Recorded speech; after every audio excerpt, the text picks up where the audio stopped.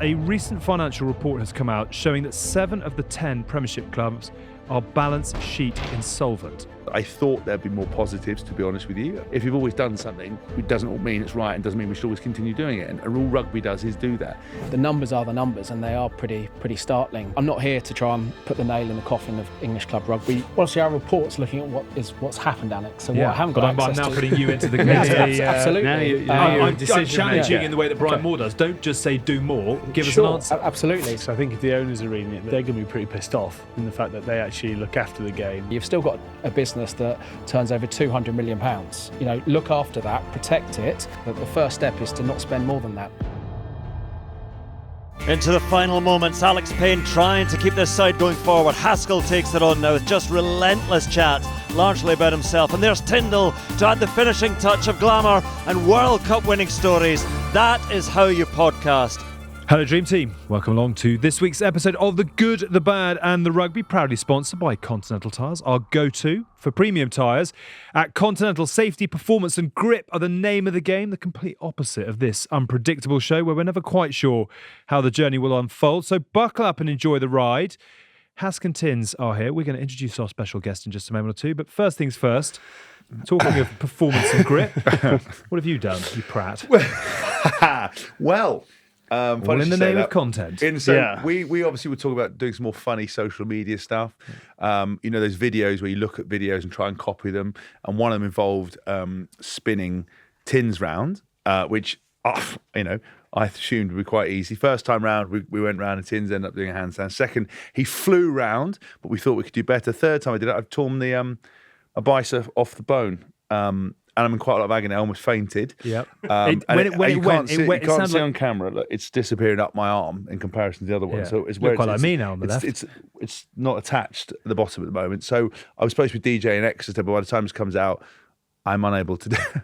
I've got an MRI scan. I'll probably have surgery in the next week, and then fucking 4 months of rehab. Right. Which is honestly just what I need. Yeah. Just what I like. I can't. If you're going to draw, it's a good job your daughter's not just at the age where you need to swap arms and carry out all the time. I mean, there was a moment I sat downstairs. I just feel like crying. I was like, what the fuck was I? Why? Yeah. So my house has been renovated. My arm's fallen off. I can't work. I fuck myself. I'm going to have surgery that I have to pay for. I mean, I'm pretty. Yeah, it couldn't have gone better. And this morning, you're in the papers. Brian Moore coming at me. Welcome along to Brian Moore, who has written an article, the headline to which is "Rugby's future is at stake. The game needs action, not empty words," like James Haskell's.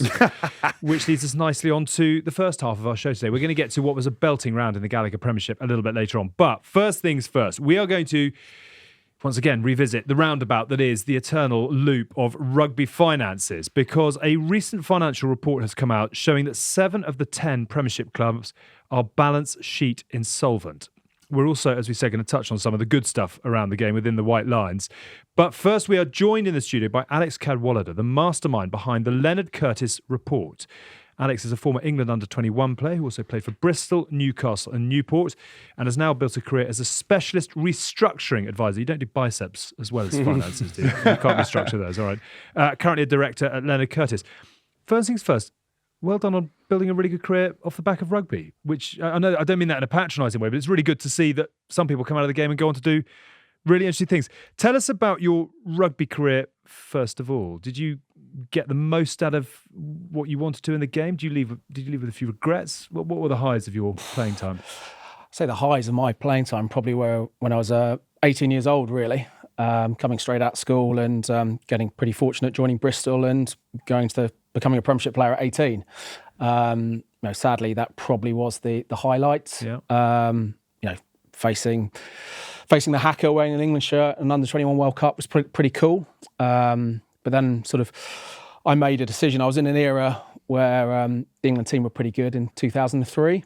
And I was fortunate, or however you want to put it, that Brian Ashton was also our coach. And I remember putting up a stat for the average age of the England backline in that 2003 squad for when they got capped. Yeah. And I think apart from Will Greenwood, it was all 2021. So he almost gave a message, look, if you're not putting on the ultimate England shirt, then, you're unlikely to make it. So, I made a choice that was for me. I appreciate other people would have wanted to continue in that journey, but I decided to sort of leave sort of Newcastle halfway through the season. And as soon as I approached Rob Andrew, the fact that he didn't argue about it sort of told me enough. Jamie Noon was better than me. Matthew Tate was going to be better than me. So I thought I'd step down and start another so-called career. And then was fortunate enough to join London Welsh in the Championship and had 6 sort of amazing years there and absolutely loved my time there. And some of my best friends have come from playing in that sort of semi-professional environment. And you were saying that you left London Welsh the season before they went into administration. There's a lot of it about at the moment. But did you gain a sort of, you had mates at the club, friends at the club, people you'd played with still at the club at that time? Yes. But, I think it was quite a common thing with rugby players. I know Hask has given, some comments about the financial distress at some of the clubs he dealt with. I think my first experience, to be honest, was when I was at one of my clubs. I went for an MRI scan, talking about MRI scans, and I must have been 18, 19 at the time. And I had to sign a PG with the hospital because I think the insurance package they had meant MRI scans weren't covered by the club. But the hospital weren't particularly, didn't really value the credit from the rugby club, so I had to PG it. And then 4 or 5 years later, I got a letter from the debt collector from the hospital saying, "You still owe us X amount plus legal fees, collection fees, so on and so on." So the club hadn't paid it. Reached back out to them. I think they had new owners, and they did eventually sort of pay up. But I think most players in our sort of era at some point want to come across something that didn't quite add up. Yeah. You talk about the Worcester boys and the guys turning up to take away the bikes that they had on lease and so on and so on. So I think the clubs have always been sort of sailing relatively close to the wind. Sounds like an opportunity for the Blackeye Rugby Fund, more of which a little bit later on. So let's get into the report. I'm going to ask why he's got involved and Tin's sort of, I suppose, not the emotions, but the sort of the snap of your judgment when this landed. But tell us why Leonard Curtis have decided to do this. Some might say it's a very good PR exercise. Why have you decided to dig into the roots of the financial game in England? I think part of it is a bit of a passion for the game and a bit of frustration that it appears that the same things are still happening. We've been professional for 25 years and it's a similar pattern. So for me, it was about almost trying to pull in some resources, some panellists, some experts, and putting all the information in one report to ultimately try and generate a bit of discussion in the hope that it might bring some change. I think I mentioned to you, listening to someone like Mark Evans just being passionate enough to join calls in the middle of the morning from Fiji, I sort of felt, well, actually, there is a bit of a love for the game to want to see the business behind it move on and not just be reliant on ultimately currently 10 benefactors writing out a cheque every year for millions of pounds. For me, that isn't a sustainable business model. Yep. And it's what ultimately I do in a day job, is try and help businesses return to a viable plan, which appreciate this only goes up to the last set of financial accounts, so there might be plans in place. There are obviously a few little new agreements, but it doesn't look as if there's been any real fundamental change. And those changes you're talking about, there's a financial governance implementation Yes, in the indeed, league yep. now. So they have tightened it since you conducted your research. What sort of impact and what are the other elements that have come in since you actually had I think mainly that, and we don't know what new commercial rights are being agreed. I think Gallagher's gone up, television's gone down potentially. Yeah. And listen, if you compare it, and we'll come into the detail, if you can compare sort of the TV rights deal in England compared to France, it is chalk and cheese. You're approaching sort of £100 million extra going into those clubs than are going into England. Now, clearly, I think some of the finance experts we've used on this feel the TV rights are currently undervalued, and potentially better deals can be agreed. And that would make a fundamental difference to the game. That Canal Plus one is quite unique, though. It's 139 million euros. Yeah, but you have to remember that so we found out a bit more on this in the fact that Canal Plus took a specific play and gave up their football rights, which were currently sitting on their balance sheet at 650 million euros. The football Players Association or whoever does the deal for the league wanted 1.1 billion off the back of the Premier League going up to 1.5 billion or whatever. And Canal Plus took a view to go, no, we're going to save 650 million and we're going to put it into rugby. And they show rugby, and they got in with the LNR, the league's sort of financial people, and they are now got 30 professional clubs, and they show rugby Thursday, Friday, Saturday, Sunday. I think you can pretty much view every game on their subscription model. They obviously taking that extra 400 and whatever million they took off their balance sheet, they lost 5,000 subscribers. So if you've got a company that's prepared to, who's got a big following already, to take that risk and put all your rugby in one place, it's shown that you can actually do something. Yeah. But whether you're going to get TNT to give up football, Sky to give up football, over here it might be a different story. The Premier League is the biggest league in the Premier world. League is probably the golden goose that no one ever wants to give up. But, so unless someone does something brave, I don't think you're going to see much change in your revenues. Yeah. Why have you put your name to it? I think Portentous words, Yes. said Brian Moore. But he's very verbose, Brazar Brian. Yeah, but He's known I as actually academic. don't think when I read it, he doesn't really have a go. What he's trying to say is everyone keeps highlighting all these problems, Yeah. but no one, words are sort of cheap. It just happens to be that Hask obviously wrote the foreword for it, so it's directed at you. But also he offers no solutions either, because ultimately the only people who can make the solutions are the people who run the top end of the game, and unfortunately none of them can ever get on the same page enough to make those changes. yeah. Yeah, I mean, look, we can deal with Brian in a minute, really. I mean, I think from Not Sounds without a very bicep, similar. you Not at the can't. moment. He'll take you at the he moment. probably would take me like a spider monkey, gnaw at me. I think when Alex came and approached me about it, we were talking about doing some work with Porter and Jones and myself. We do some property bits and pieces, and we were talking about doing some work, and Alex kind of came forward with this proposal that Leonard Curtis were doing this report, and I was fascinated because a lot of the stuff we talk about on the show and people we interview, there's a lot of hyperbole, there's a lot of ifs, buts, and maybes. There's a lot of smoke and mirrors around rugby, and there's a lot of lack of clarity and detail. And I think, for me in particular, a lot of the experiences players have, unpaid medical bills, generators being taken, training in the dark because the bills weren't paid, someone shitting in your ice bath because you've got to put weddings on a venue just to cover bills, and all this kind of stuff. I wanted to see what a legitimate report would come back with. I wanted to see, when they lifted up the bonnet, what was underneath it. And I had my reservations. I thought there'd be more positives, to be honest with you, and I didn't want to write a damning review. And I think on this podcast in particular, I never want to be a person that just points out everyone's faults and goes home and does nothing about it. I think we have done, maybe 5 shows on the state of the game. We've suggested numerous things that need to be done. Unfortunately, none of us are in positions of power. None of us are consulted about anything. I don't know who World Rugby or RFU or anyone who they do consult. I've not met anyone they've ever consulted on rule changes or law changes or financial stuff. I don't know.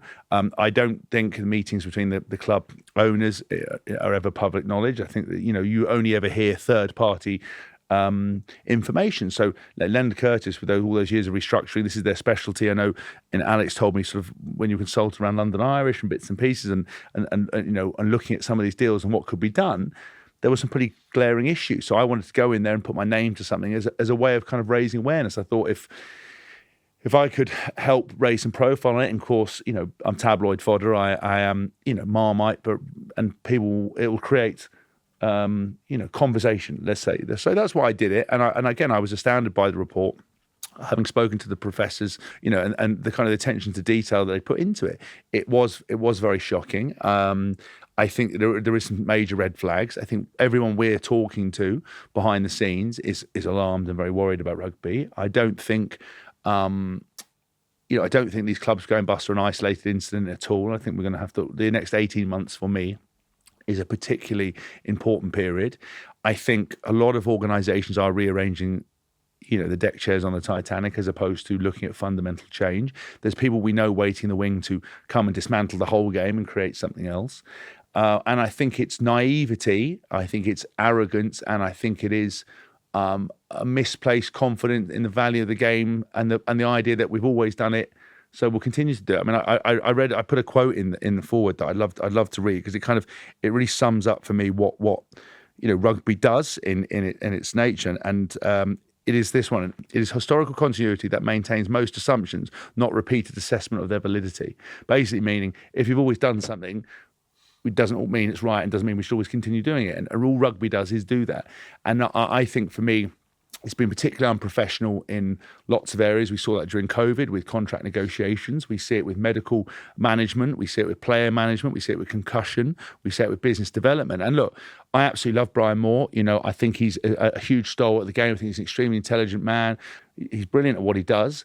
I would say my personal experience with Brian is as a 19-year-old, you know, he came at me in the paper because he saw that I had a website, and his quote was, "I have not met James Haskell, but from looking at his website, I can tell that he's not the kind of person I like." And basically, I was everything that was going to be wrong with rugby. Unfortunately, that level of thinking has meant that we haven't progressed, or that generation of player, or those people have not progressed this game forward. We do not know how to market ourselves.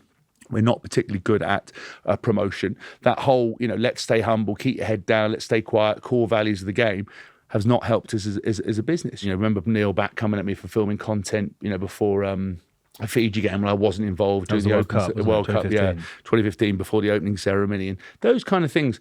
It's fine, but it's ultimately held this game back. And I think if I had any power or authority, I would do it, but nobody refers to reference us. We have, you know, the biggest rugby podcast in the world. We have one of the biggest sports shows in the world. Nobody comes and asks our opinion on anything. So all I can do is throw stones. We have suggested alternatives to improve this game. I think, you know, I was always a big believer, and one of the things that I've completely changed my opinion of was the salary cap stuff. Was, you know, you can't pay players more money than you make. And unfortunately, I was the most mercenary. I am the most mercenary, and I think you should earn as much money as you can.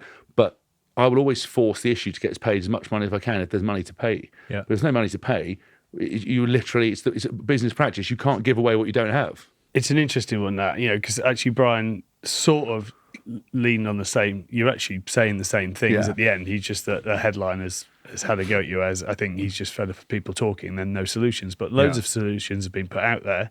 You know, we went on our first, made a little note. Shall I go through them? First state of the game. We've done state of the game pods, and this isn't a he said, she said, because I want to get into the proper detail of the report itself. But we have in the past, and to therefore back up the fact that it isn't just a sort of empty words.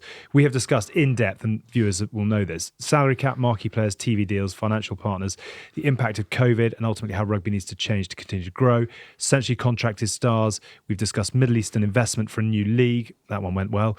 We've discussed Premiership North against Premiership South. We've discussed a British and Irish league, and we've had so many people on. Still mad that we're talking about that. And they turned down 800 million. Yeah, for sure. Let's just throw that out there. That is the people who are running the game. Yeah. Hask is sort of having But let's pause that. And what I would say, actually, I think it'd be very interesting to get Brian on and have a proper debate. And let's see if together, you know, we can actually throw something out that people want to buy. Like I said, you know, like in terms of, you know, as a person, as a player, as a journalist, I absolutely love Brian. I think, look, again, it's the headlines are always what they're going to be. I would just say, having had intimate knowledge, one of the things that we have talked about changing is, at the moment, if you walk down the street and to talk to the average person about players and heroes, who would they be able to name? For example, Marcus Smith, you know, the number 10 for England. How many people do you think know his name? Look, just for social media, how well do we market the game? How well is it put out on TV? All these other areas, I'd say, are completely is not behind there. A lot of other sports. Behind a lot. And I think, you know, that having first-hand seen, trying to be a pioneer or trying to do things differently, that generation and further, and other people that are still making decisions and being influential. I would add as well, Brian, that you have offered to take on the chairmanship of World Rugby, and you said you'd get it all fixed in a month and have 3 weeks of that would be holiday. Yeah, I mean, I said so that. He is available. I mean, I'm also, but the best thing is look at World Rugby, like John Jeffries, you know, obviously being sabotaged by his own country. It's just petty nonsense going on. Rumour is that a few key stakeholders heard my discussion with him in Hong Kong and realised he wasn't they want the games in the state it is now. Right, deep breath. Sorry, Alex, because there's obviously, you know, as always, there's lots to get into. Tell me about this. I'm going to be brutally honest, because when this report dropped, I sort of sighed a little bit, and I think, given what the game has gone through, particularly post-COVID, it takes a lot of energy to rouse yourself to go through another report where everyone is essentially saying the donkey's dead and we're still flogging it. Tell me why this report is interesting, informative, is breaking new ground. What is it about what you have found that people should be really interested in? I think it depends on who's asking that question. It's Alex Payne. It is Alex Payne. So for me, it's putting together all all the information that's publicly available, so you can understand that ultimately the business model of professional club rugby in England, as far as I'm concerned, is just continuing the same route that it has for the last 25 years. If the Premiership was a Premier League football club, it's pretty close to falling foul of the PSR rules, would be fined and would have 10 points deducted, because it's pretty close. I think their one is can't lose more than £35 million a year. I think last year you're looking at 32 million. And you're looking at around 30 to 40 million pounds worth of loss year on year on year. So for me, it's making everyone fully aware of that is the situation. Having a resource, this isn't going to be a one-time thing. This is going to be an annual thing. Whether we do a full-blown report every year or maybe just dip into it next year and then do a bigger one in 3 years, given how slowly it may take to change things. I think that, it does. I think one of the frustrating things, Alex, that I looked at is that the best performing clubs are in the traditional heartlands. I know, Hask goes on about the red corduroys and the Barber jackets, but to be honest, without them, we'd be even in worse state. So amount of investment that's gone into Sale and Newcastle, and you look at their revenue, almost 2.5 times smaller than Harlequins. Yet they're under pressure at the moment to spend the most. To spend as much as those bigger clubs. So no wonder, they're sailing close to the wind. So for me, it's just making sure to get rid of all the misinformation and just bring some reality, and hopefully lead to the powers that be, and we'll come on to who they are, because that's the first challenge. If I was looking at this as a business, I'll be saying the first two things: you want to meet the decision makers and then get some financials. So hopefully this is our version of the financials, but it's all from publicly available information. The next step, Alex, and the guys around the table know as much as me, to get those decision makers round a table. I think when we launched it, we spoke about CVC's investment and the deal that they did with Bernie Ecclestone. You've got 10 Bernie Ecclestones here, plus the governing body. Then you've got World Rugby as well.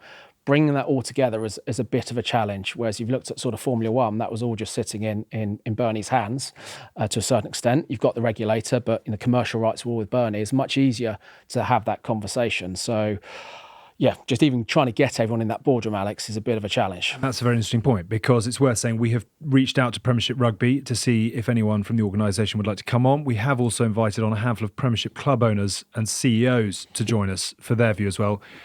The old classic, no one was available to comment, which I would suggest means you're slightly on the outside of the conversation. What reaction have you had to this, and how realistic is it, do you think, to get these stakeholders to buy into what you've produced? It's a difficult one. Obviously we reached out to them all as well. I can understand their position, because it's, when we were putting this report together, I was like, we don't need to sensationalise anything. The numbers are the numbers, and they are pretty startling. But, you've had, Mark Evans sitting in this chair flagging the numbers to you as well. So how realistic is it? I don't know.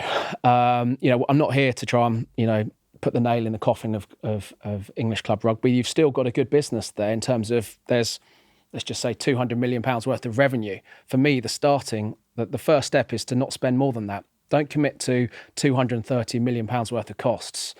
It shouldn't be the hardest business to put a plan together for. You do have some variables with some attendance and so on and so on, but your major costs are your wages. So just make the thing viable to begin with, and then let it grow from there. Because the last thing we need in terms of any investment opportunities or being able to, not capitalise on something is for another club to fail. Right. So for me, and based on what you've looked at, how likely or how dangerous a scenario are some of these clubs in? They pretty much all rely on their owners continuing to fund the business. See, that's an interesting point, because I think if the owners are reading it, they're going to be pretty pissed off in the fact that they actually look after the game. I would imagine most owners are putting money in not expecting it to get back, so I don't reckon the debt is actually perceived of actual debt, because no one's ever going to call it, because they're either putting it away, writing it off as tax from another business or whatever they're trying to do to it.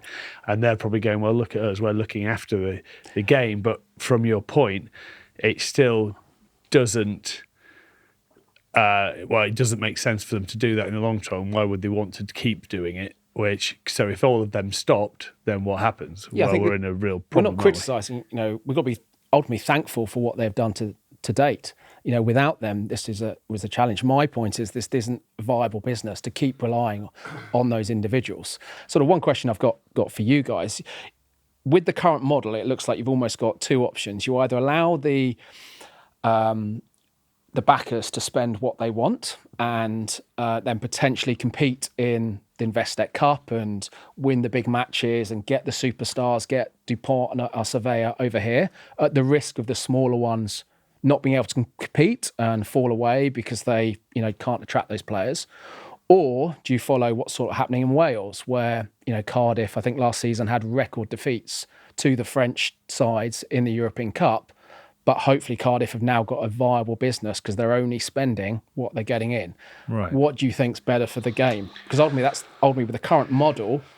So you've come to us. You've written the report, and you've come to us for the solutions. Ultimately, I'm not here to say what the solution is. I'm just giving. Well, that was one of my questions. The experts, what the numbers are, so that you guys can refer to some data. So spend what you want and bring in whoever you like, and therefore you're probably going to reduce the competitive nature of the league. Yeah. So we did that. Everyone spends the same. That was Ellis's point on our first state of the game, wasn't it? He was like, "Why can't we just encourage badass big budget people to come in and just spend it on growing the club, growing everything else?"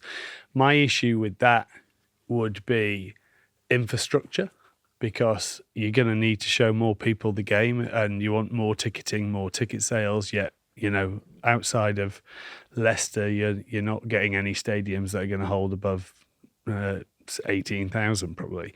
So your actual structure of where that club can get to is very limited because of how many tickets and bums on seats, unless you can do something very interesting around your revenue modelling to bring in money from elsewhere.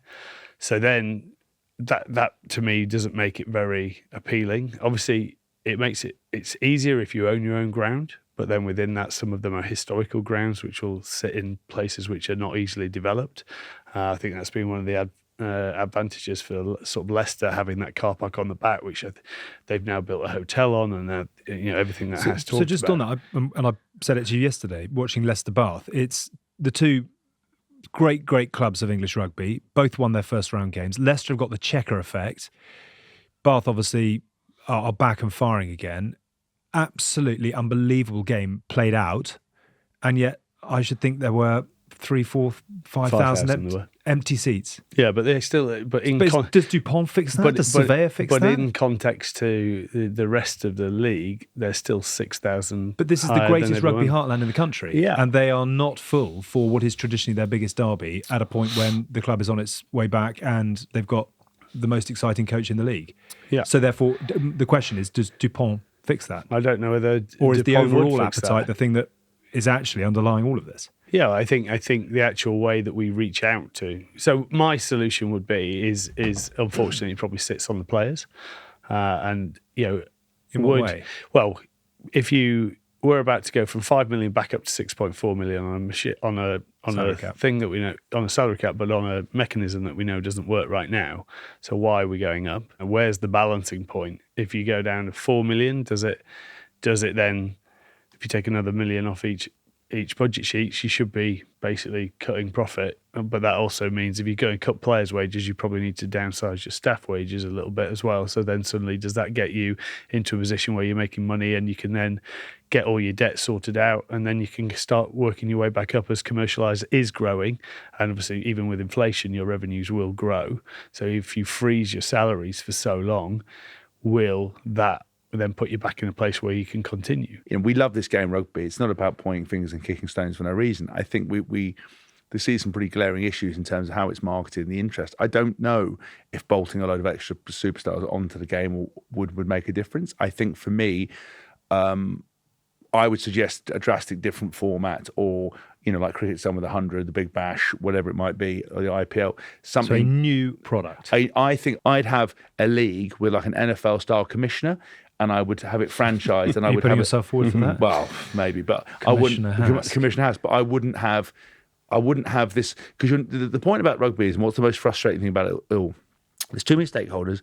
No one understands who runs it. There's too many old boys in there that don't know what they're doing. There's too much imbalance. There's too much talk and not enough action. So I have no faith. Not one part of me ever thinks that any of this will be rectified. The idea about bolting the Irish League and Scottish League and Welsh League onto R1 and creating a unified league. You've got one team, one league that no one watches, with another league that no one's really watching, and bolting them together, both all debts and problems and issues. Yes, you've got camaraderie. Yes, you've got competition. Yes, you've got the excitement.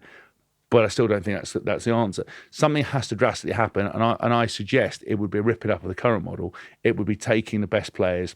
But you're then taking 150 years of rivalry, history, derbies. Would you rather? But it's going to slow death. It's like cancer. It's going to slowly get you until you're fucked. If you look at Super Rugby, that is 20 whatever it is years old, and it sort of flared up and was bright and breezy, and now it's because there's not enough substance behind it. That's fine. But I think we're going to make your mind up. Is look, I'm just offering a counterpoint to the simplicity of start again. What you're going to look at is, for me, I think like UFC model or NFL model, it has to be owned by one person. Yeah. They have to come in. It has to be centrally managed, and it has to be a franchise model, and it has to set up outside of the current Premiership. And what will happen is, if it's done properly, it will absorb all those players, and what we'll do is they will go back to being amateur clubs, and it'll all be fun, and the 120 years will carry on, and they'll play for fun, and they'll reduce their outgoings, and they'll pay as you play, and it'll be like the Championship, and this other league will flourish and become cheerleaders, music, razzmatazz, big games, F1 weekends. This sort of is the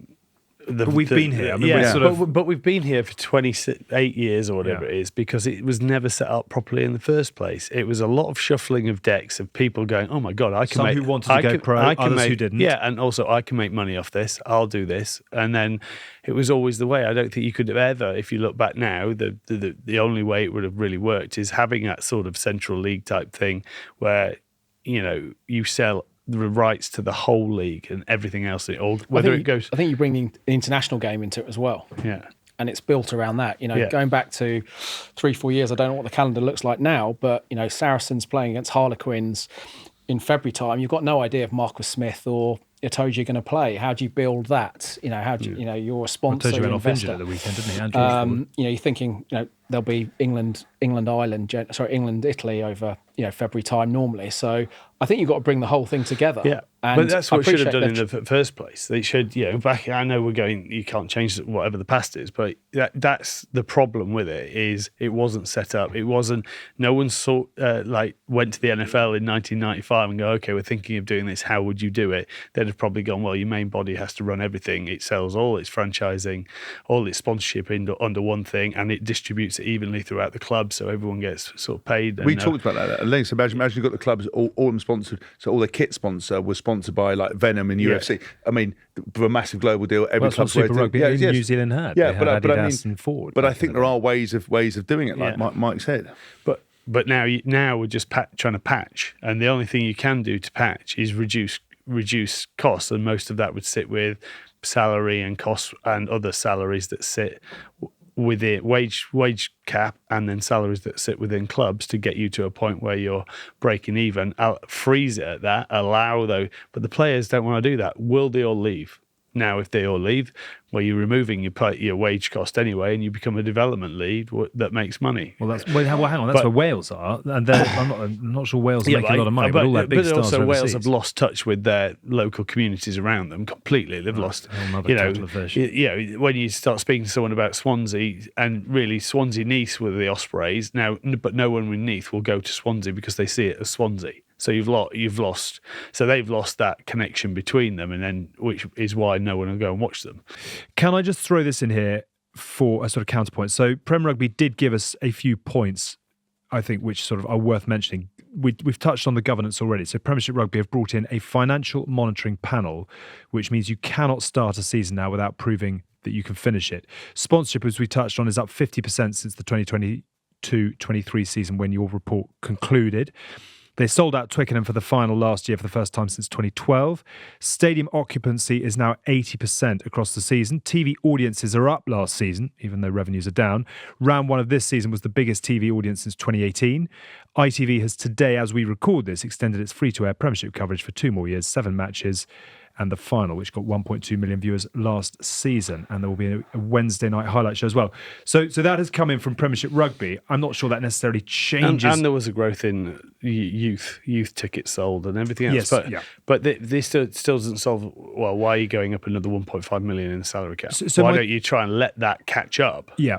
So my question is, Alex, to you, you have highlighted a lot of the problems. As somebody who specialises in restructuring and turnaround, what would you do tomorrow to put this league onto a surer footing and for your report next year to say, right, we're making big strides? Well, see, our report's looking at what's happened, Alex. So what I haven't got I'm access now to. putting you into the absolutely. Now I'm challenging you in the way that Brian Moore does. Don't just say do more. Give us an answer. Absolutely. So, my day job, it will be looking at the forecasts and what the budgets show and how realistic they are. My concern would be, and the challenge I would put is that, yes, it's great having some independent directors and trying to ensure that clubs say that they can meet their outgoings. But ultimately, if a benefactor decides, I don't want to do that anymore halfway through the season, there's nothing the league can do to stop that. It's not as if they've been asked to pay a bond. If the money stops coming from... Is that not what this financial monitoring panel is all about, though? Presumably that you do have to prove that you can put the money into the end of the season. Proof that you can put it in there, but it's not sitting there for the Premier Rugby to say, OK, well, you haven't paid the last 6 months. So Seymour Curdy said, that's it, in January, I'm done with Newcastle. He's not obligated to... That's not what this financial monitoring panel is. It just shows that he said he will. Right. It's very different to actually physically having the money. And I wouldn't expect Premiership Rugby to be sitting on ultimately £230 million worth of funds to meet the costs for a whole season. So that's unrealistic.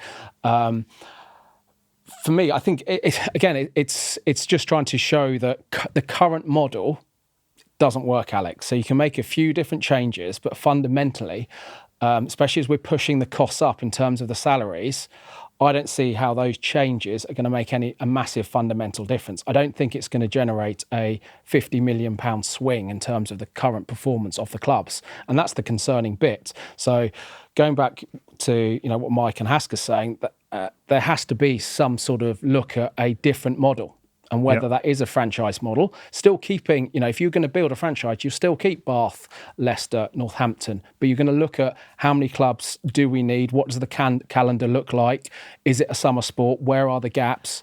And just having one central governing body that has got the ability to make the changes and the firepower, potentially with some backing to do that. Because otherwise we're just going to be sitting here in 3 years' time talking about the same things. And that's the concerning thing, Alex. You just don't want to see the same thing being repeated. Okay. I fear that we're going round a roundabout. We've gone round a few times before. And what comes out... That is the game in the nutshell. But what comes out of this is that there are as many opportunities and options to try and address the challenges as there are challenges themselves. And when you have got... Actually, you've got a huge number of problems, you've got a huge number of people with opinions, and you've got a huge number of things you can do. But what's amazing is how many people you sort of love the game with understanding of running a business. And these owners all know how to run very successful businesses. But then why are we in this situation? Because ultimately, I said, it comes back to the very first question. How do you get them that first meeting with the power brokers? They've got different agendas. Rugby and the owners must be meeting monthly, but also but they're not meeting with the RFU as well, are they? Well, I think they are starting to now. Isn't that what this new professional... It's a big cock off because someone wants to be able to spend whatever he wants and get someone else. So unless people are generally going to put egos aside and actually go, right, what is the best for this? Right, we're going to either pause the salary cap at this and let the growth catch up. Because if you're saying that all this extra money's come in, well, it'd be nice to see what that is before you suddenly stick the salary cap straight back up. But there's two, as we've already said, a lot of organisations, a lot of different voices, and most of them have to agree with each other or nothing gets done. So then that's why nothing gets done. Right. You can respond to this one, Hask. Edward Johnston on Instagram. It would also help if influential figures like Hask, Tins, and shows like GB&R spent more time talking the Premiership up and covering its games instead of complaining about what a terrible state it's in and discussing how it needs to be overhauled. I think, again, sometimes Well, it's what finding people the hear balance. relative to what is actually said, recollections may Well, vary. I as a wise just think that's So- just an informed comment. I think we talk about the positivity of rugby all the time. We have repeatedly said the product on the Yeah, pitch I has think never been that's better. that's a classic case of he obviously hasn't listened, and it's just a knee-jerk comment and gone, well, you're always being negative. It's like we talk about the Premiership all the time. No one's disagreeing that the product on the field's not amazing. There's not some incredible talent. That international rugby is fantastic to watch. There's excitement all over the place. Anyone could beat anyone. That's the point. However, just walking around going, oh, it's great, isn't it great? It doesn't solve anything. I've been at a club that's been bust, that I was subject and have seen and had to take players on strike because the financial situation was so bad that people weren't getting paid. I had to threaten to fill in a director of fucking whatever he was of the business Are you if he proud of didn't your pay ambassador, Leonard Curtis, if he out of didn't interest? pay me because I hadn't been paid for a year. People like that, you can't just go around talking things up. At some point you've got to make some change.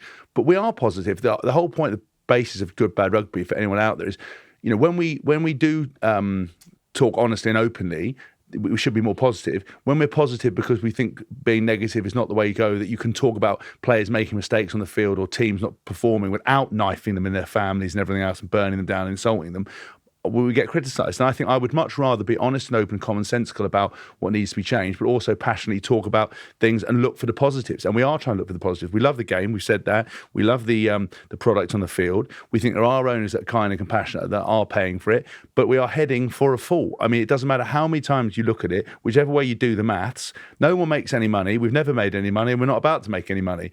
And we're about to put money up again. And the one thing that the restructuring expert comes in is because you don't spend more than you make. I mean, what do you want me to do? And so I think, for me, it's just a bit of a madness, and you should probably think before you type, before you fuck me off. Oh, okay. Do you want more By the painkillers? way, he's got a sore head because he's got a sore arm. So don't come at him today.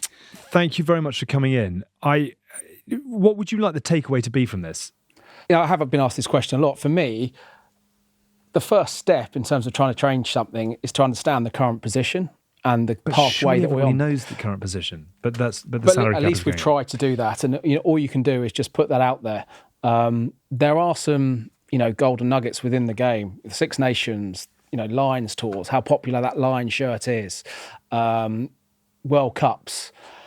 So I think if you bring that all together and have, as Hask has suggested, some sort of NFL franchise. I know we're scared in UK sport, English sport, to do that. You see, the pushback for the independent governance in the Premier League.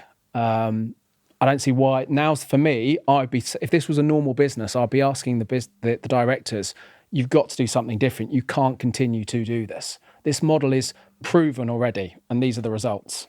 And making a few small tweaks here and there, I don't feel are going to make much of a difference. But ultimately, you've still got a business that turns over £200 million.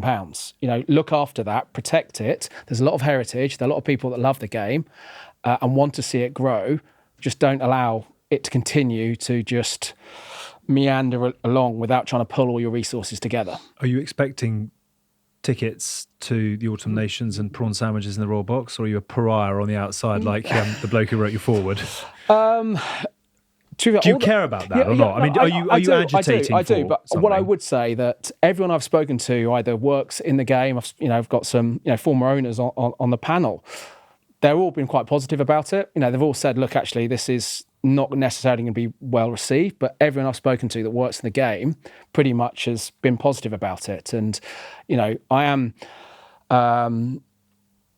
I'm aware that we are massively thankful and grateful for those owners because it's their checkbooks that are keeping this thing going. So, can you name the names of those who put in, or is that confidential? In terms of of the owners you're talking about who fed into you've this? got I think you've got Kevin Clancy, who was involved in London Irish before it got sold on to Power Day, and some of the others I've spoken to. So I'm not going to sort of name them directly.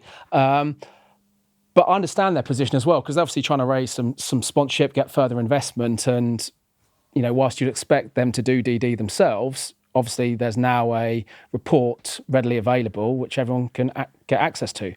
And as, I think one of your questions asked me earlier, all this information just comes from Companies House. Yeah. I wonder if Elon Musk is a rugby fan. bin off Twitter. All we need Come and is a save our billion. game. All we need is a billion off him. He's got 48 of them. If someone could buy it in but had the ability to take it by the scruff of the neck and do what they wanted with it, but weren't forced into stupid rules, stupid tournaments, they could own it. You could transform it. I think someone did buy into it, but they'd have to have the freedom. I think, Alex, one of the key things in most industries, when a business of a decent size, say a 30 million turnover business, or I think Wasp was up towards 50, is struggling, in the run into it going into administration, you can often find a buyer, a distressed buyer of the business. But when we've had Wasps, Worcester and Irish, that isn't possible. Because of the governance and how it sits and who owns the P share and the other owners and the Premier Rugby having to be transferring that through a process. Whereas you see in football, occasionally clubs like Derby traded as an administrator. There was an equivalent of me running Derby County, paying the wages, so on and so on. Whereas rugby... absolutely right. All three of those clubs, there was press release after press release after press release saying we have an acquirer. We're just exactly. going Whereas, through that, and then it just falls away. You can't do that. So I'd say it's the governance, but also the business model. You look at it and think, well, wait a minute, why do I want to buy a business that is loss making, which is already then going to have the damage done to it, having been into administration?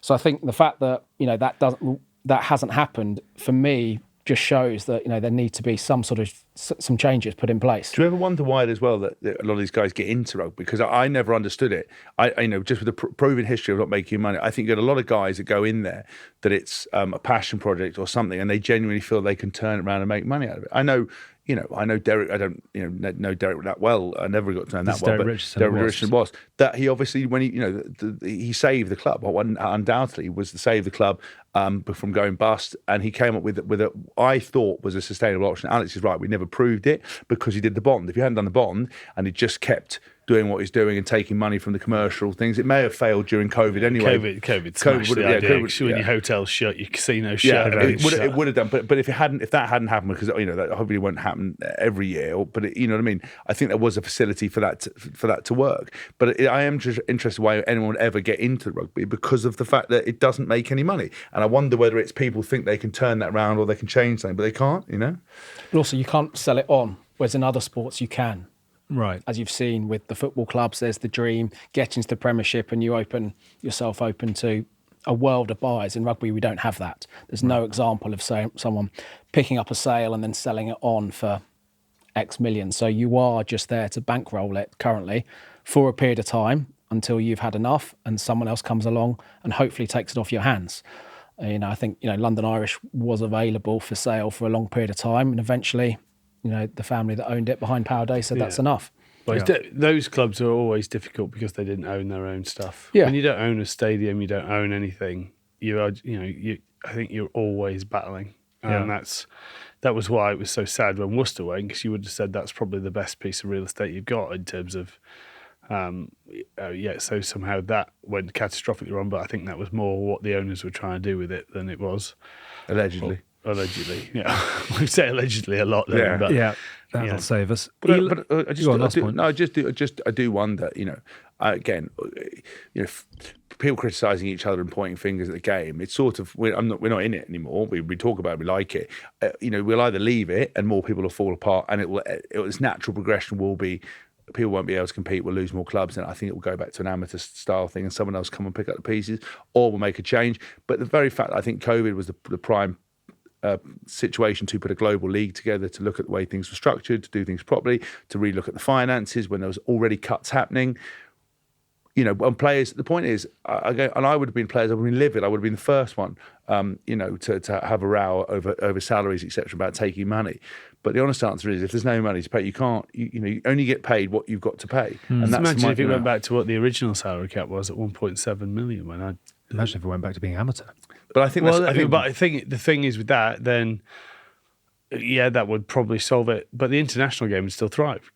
Absolutely, because that's all it does.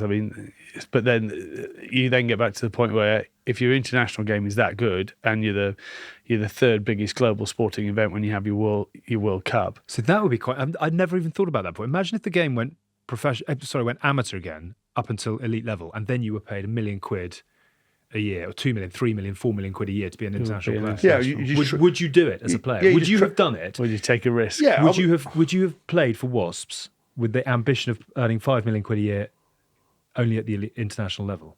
Yeah. Well, That's good. I don't, It's quite interesting. well, I'd never well, thought about no, that before. well, 'cause And then yeah, the you club don't game have to pay it thrives. 1 year, and you're okay for the next yeah. 2 years. I mean, or That's quite or NFL. you become in its- become essentially contract, and you just train with your England team. that 288 million that they've just done. They've just done the deal. Go to the 23 that end up playing for England. Yeah, exactly.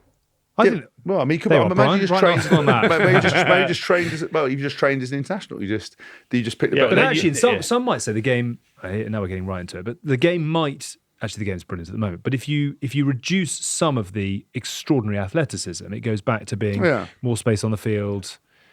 Well, like back in the potato. day when Yeah, one but- dummy but makes everyone let- fall let's- over and they score in the corner. Let's not believe that was All a right. better product, No, by it wasn't. the way. No, it wasn't. Because it I'm definitely not wasn't. pretending it was from Why, England. why are there 13 backs stood around Oh, one player? oh, the goal- they've just passed it to the edge and scored. Okay, Oh, brilliant. look, the golden day.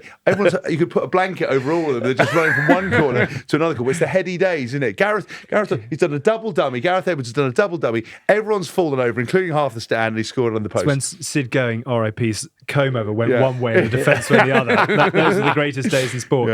Yeah. Elon Musk, born in. You've got his number, haven't you? Maybe. Do you want to wang him a WhatsApp and say SOR? Born in Pretoria. Perhaps he could buy the Bulls and then take over the rest of the game. Alex, thank you very much indeed. I will finish with the oldest gag in sport, which is how do you make a small fortune? Start with a bigger one. And buy a rugby club. Yeah. There you go. Alex, thank you very much indeed. We shall watch with interest to see what comes from here. You're going to go and have your arm sellotape back on. Yes. Yes. Yeah. You I'm all sorry. right? I did actually watch the Premiership this week.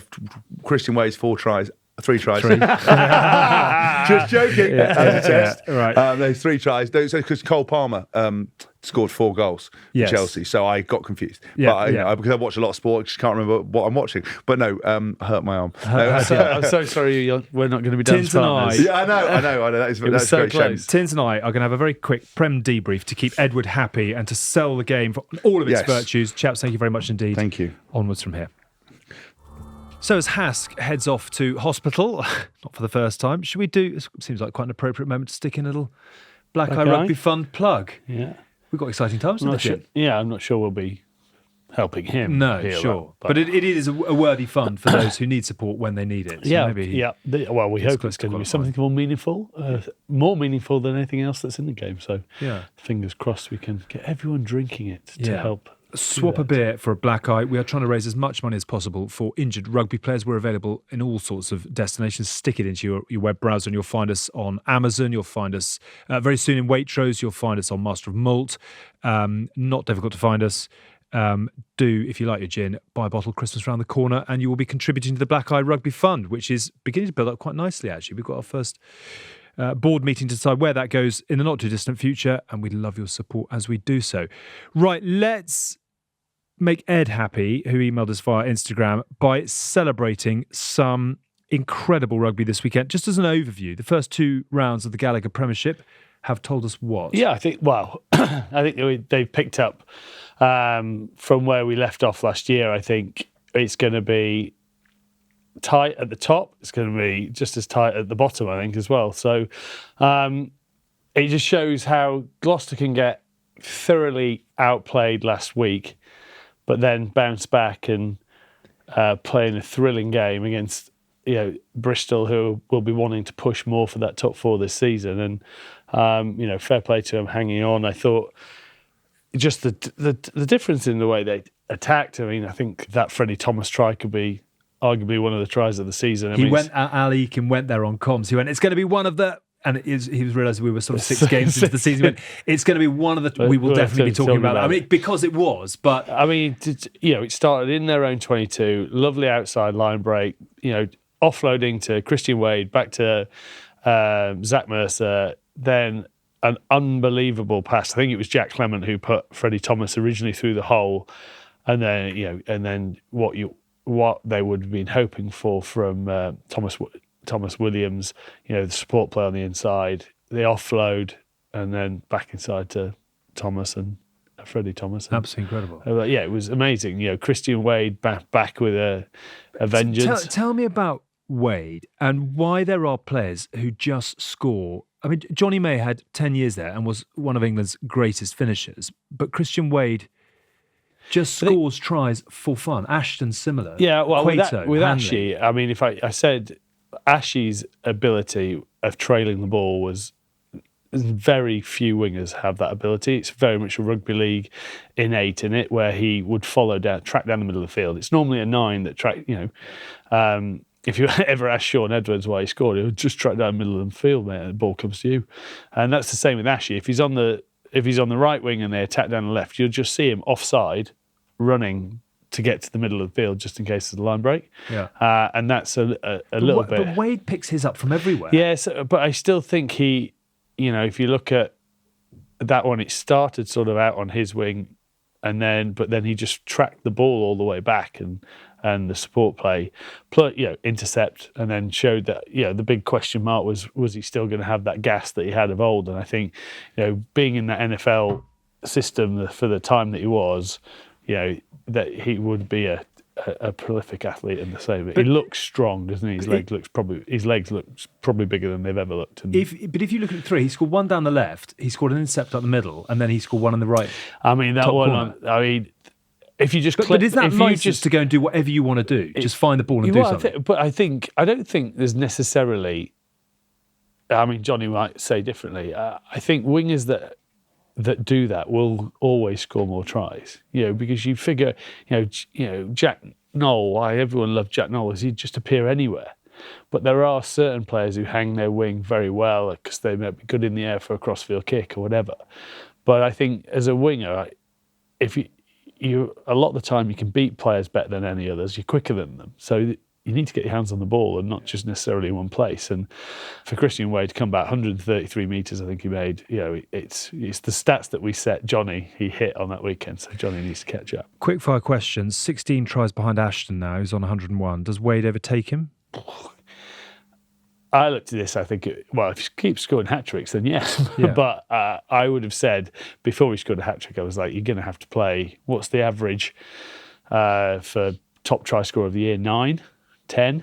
Yeah, you could probably get to 12 or 13 if you have a really good season. Now is Gloucester going to have that really good season? If they do, then he's got a chance of it. But he's still going to have to play 2 more seasons. And he's not getting there this year, is he? So if he goes in a dry, barren spell and gets 9, he's going to have to play for maybe 2 or 3 more seasons. Too late for England, yes or no?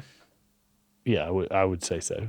I mean, he couldn't get picked when he was at his pomp. So, unfortunately, the old adage of a good big and beats a good little. And I think with England's wingers at the moment, we're quite blessed in numerous clubs around the country. Don't forget he was a Lions tourist in 2013 as well.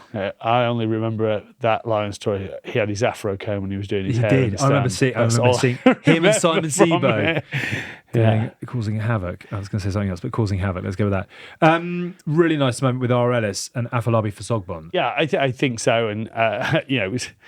I wonder whether he regrets the wave off or not this morning because you're only going to make. Did you see that at the end though? Yeah, I mean, I love it. He went back, but inside, it's if I was the rhino, if I was the baby rhino, that's checked for next time, isn't it? Be quite fun when the cameras aren't there for the first Monday afternoon training session. Then let's see what you got, Afolabi. Yeah. So I think it's. I think you've just got to be on your game next time around. But that's I like it because you're going, okay, I know what's coming, and there you go. Add in Asha Apoku for sure. Yeah. Are England now starting? I mean, they've got options, but do they now go to those options this autumn, or do you stick with what you know? I think I'm definitely not a prop, but I would say you need to start looking at them, even if it's not both of them, one of them. There's got to be that progression. I think most people will say that England front row is, and that's again, we're not ever having something against Coley or anything else, but Sinks being away, we've got to look at different options, and we've got to try and blood people and put them under that test of that environment. So would you do that this autumn?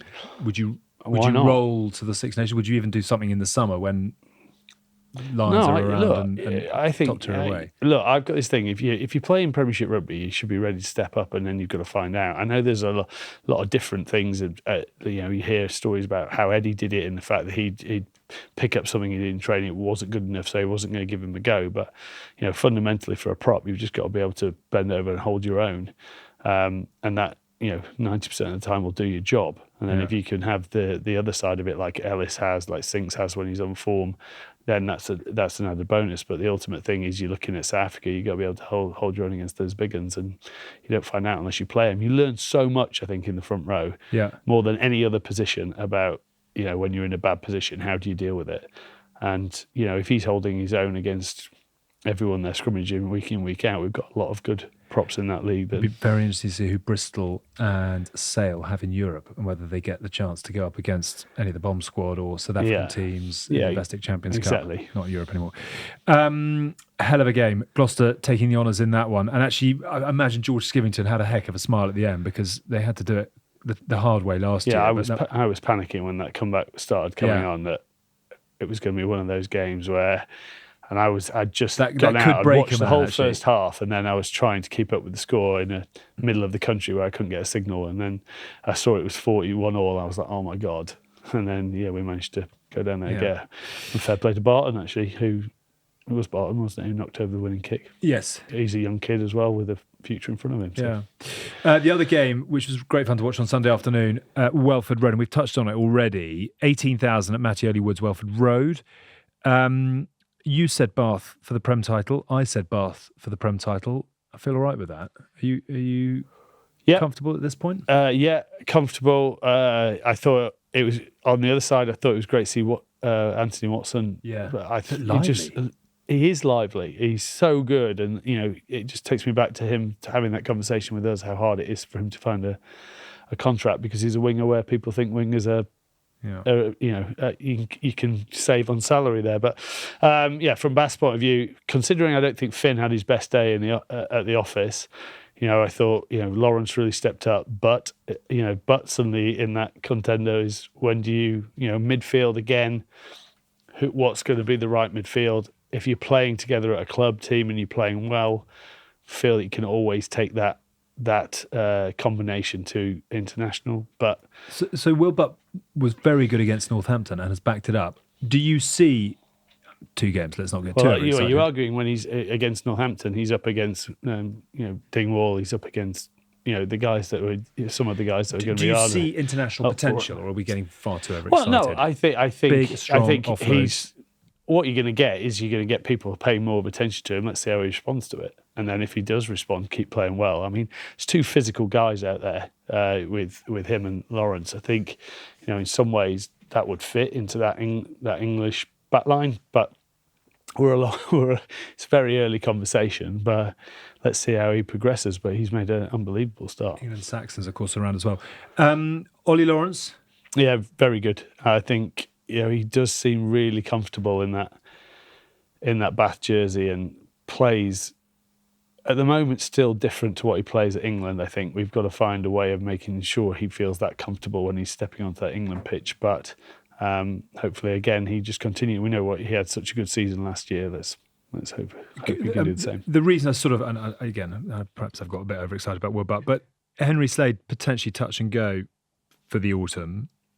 And if that is the case, hopefully it's not, you can pick Ollie Lawrence and Henry Slade again. But if it is the case, particularly actually because Lawrence and Slade are now beginning to get a bit of game to go. But I thought, Slade's out, you look then on the what do other you do? side of those duos, I thought, Kelly, he was talked about a couple of years ago, last year, got an injury, missed out and stuff.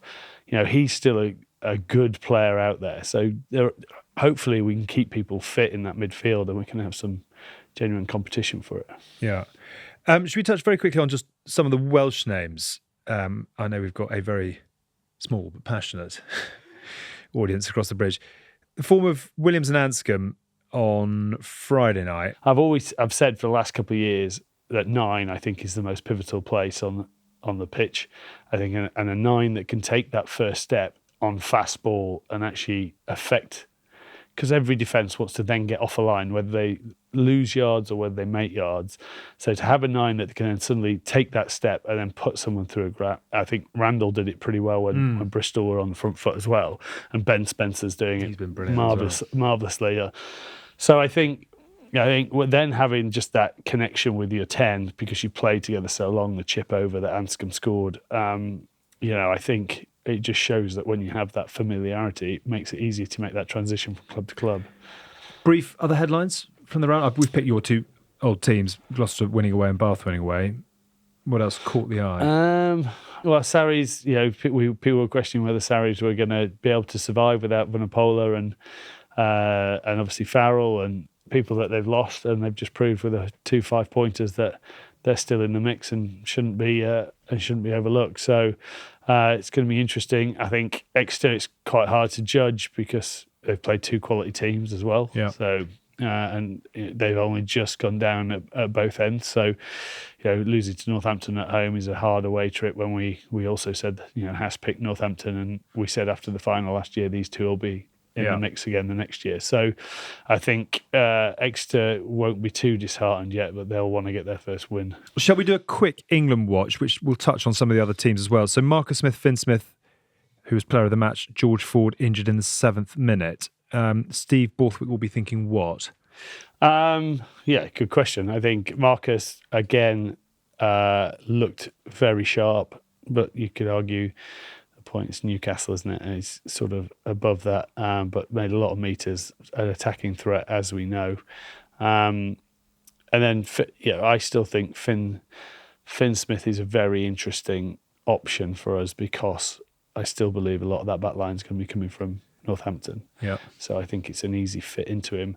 Except for Will Butt and Ollie Lawrence. Yeah. And Anthony Watson. Well, no, because I'm joking. You know what I'm saying. I still think it, obviously it's going to be Furbank, Freeman, Mitchell. So I do think it gives an option. I think, if I'm honest, obviously they're both a bit more similar than probably Fordy is. Yeah.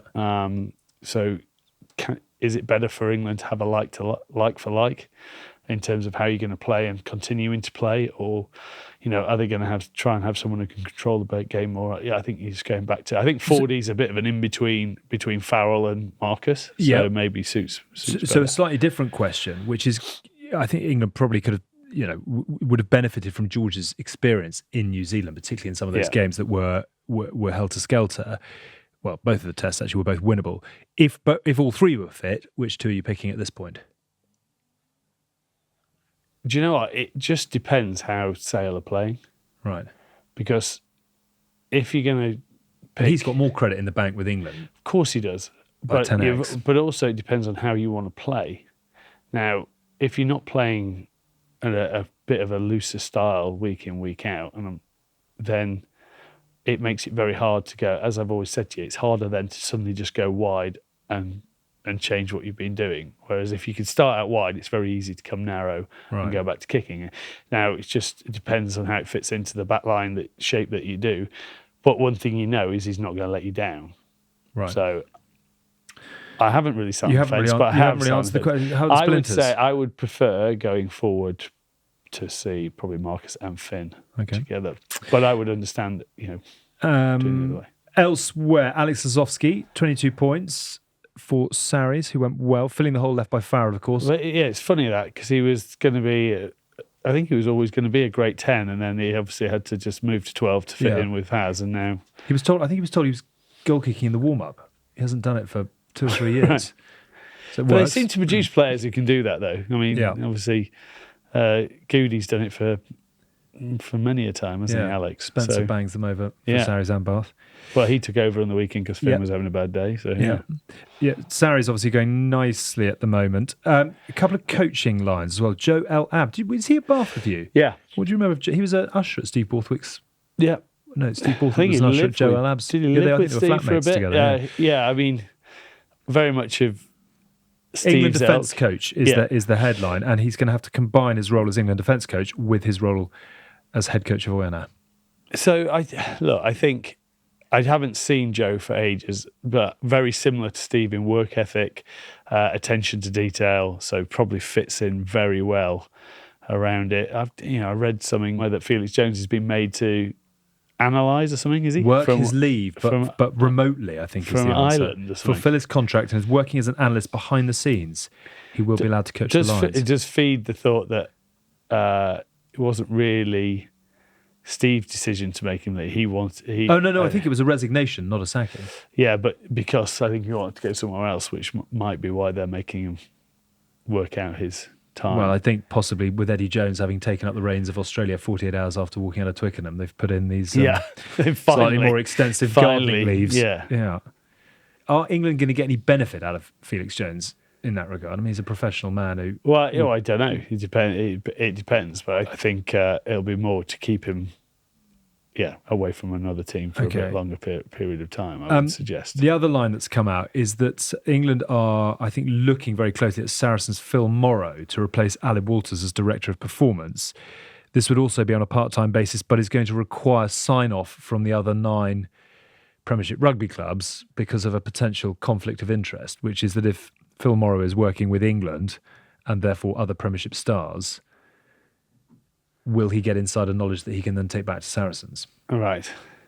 One for the new agreement to iron out. Yeah, I think. 'Twas ever thus in English rugby. Look, I do think that it's very hard to you just can't. It's not as simple as that. You could know every call that a team is going to make on any strike move or anything else, and it doesn't mean you'll necessarily solve it because the players execute it well enough. Yeah. They'll pick the right option that will put you through. I mean, you look at that Bath move they did against Leicester. They had multiple. Tom de Glanville try. Yeah, they had multiple options, and fundamentally, the Leicester defence made an error and were too narrow, and it fucked them. And then Bath made all the right decisions and got on the edge. Yeah. So even if you know that move's coming, there are so many choices that you can make that I'm not necessarily sure you can snub it out if you knew it. So I think it's a bit far fetched to think he's going to be picking up what every call is and unless he's actually. Have you seen the Netflix documentary on the call sign reader in American football? No. So that would be the equivalent of what they're saying he's going to do. It's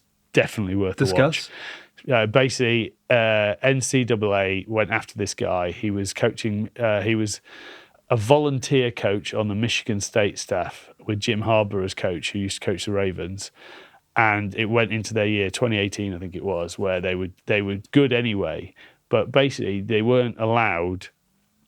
They're not allowed comms in ear, so that everything is done by signals. So your offensive coach, your quarterback will peel away, and they'll have whatever hand signal to what plays next.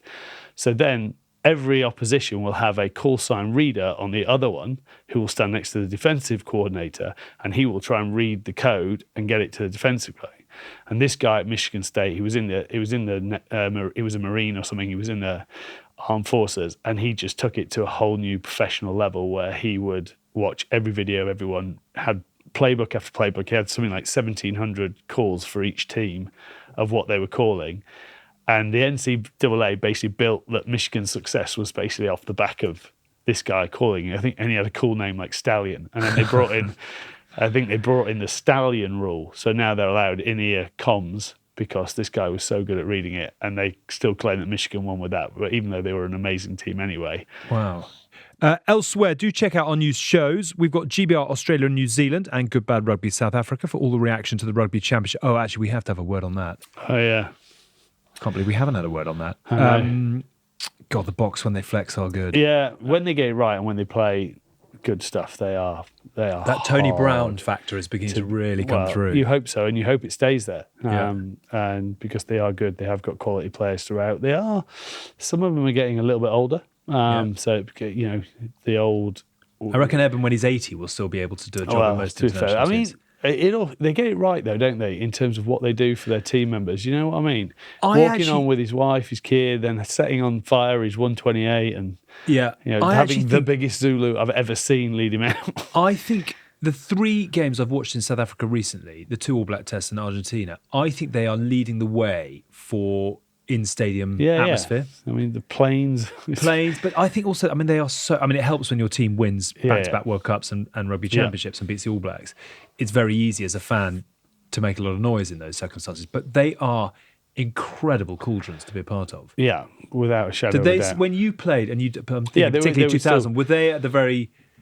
They were still the atmosphere where the hairs went up. Yeah, and it was, as you can imagine from the fans, it was quite attritional. It was quite provocative in terms of what you were hearing from touchlines as you were running down touchlines and everything else. So, that old word of a cauldron is exactly what it was. You feel pressure from the outside. Yeah. Now, I'd say like when you used to play Wales in the Principality or Millennium as it was in my day, that noise and it was your job to silence that noise. And if you don't, it becomes a really important factor. Well done, South Africa, on lifting the trophy for the first time they since deserved it. It was quite good it was quite nice of them to lose that first game to Argentina for a result. Give us a grandstand. Come on. Yeah. Good Scaz Rugby is back this week as well, reflecting on the opening round of the WXV, which saw Ireland take down the Black Ferns. Yeah. And Ellie Kildun do Ellie Kildun things. Did you see her wonder try? No, I haven't seen all the highlights of theirs. But then also, France lost to Canada, which will take them up into probably second in the world rankings, I think. So it just shows that the competition's growing on the world stage of women's rugby, which is good. If you're in Canada, buy a ticket, fill the stadium. Lock-in is available this season once again as well. If you're a Lock-in subscriber, we thank you. $3.99 for more stories behind the scenes here at GB&R. It's there if you want it. Don't worry too much if you don't. And our brand new book, The Good, the Bad and the Rugby Unleashed, is hitting the shelves on October the 24th. You can pre-order your copy now from Amazon and all your favourite bookstores. But if you're looking for something extra special, we've got you covered with signed copies available at WH Smith and Coles Books. The book is also available as an audiobook. All three of us narrated it. Some of us have done it faster than others. Are you still going? Yeah, very possibly. I've realised that I can't read, Right. Well, actually, it's also then how it's written in a book form. Yeah. Compared to how I would say it. Good. You know the story, but then it's written in a way that's supposed to make sense, but it doesn't make sense when you read it. Right. That's what I'm sticking to. Worth a download just for that alone. Yeah. Maybe you can 1 times 5x Tins' It'll heavy sound breathing. Perfect now. Right, I'm sure.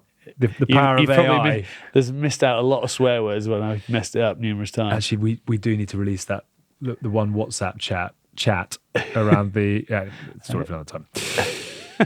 That can go book 2. That is a rip. That is a wrap for today's episode. Thank you for listening and watching, subscribing, and for tuning into The Good, the Bad and the Rugby in partnership with Continental Tires.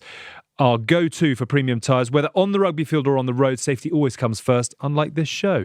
Don't forget to subscribe, as we said, leave us a review and follow us on social media for the latest rugby updates. Thank you to Alex for coming in. Get well, Hask. We'll see you next week. Bye for now.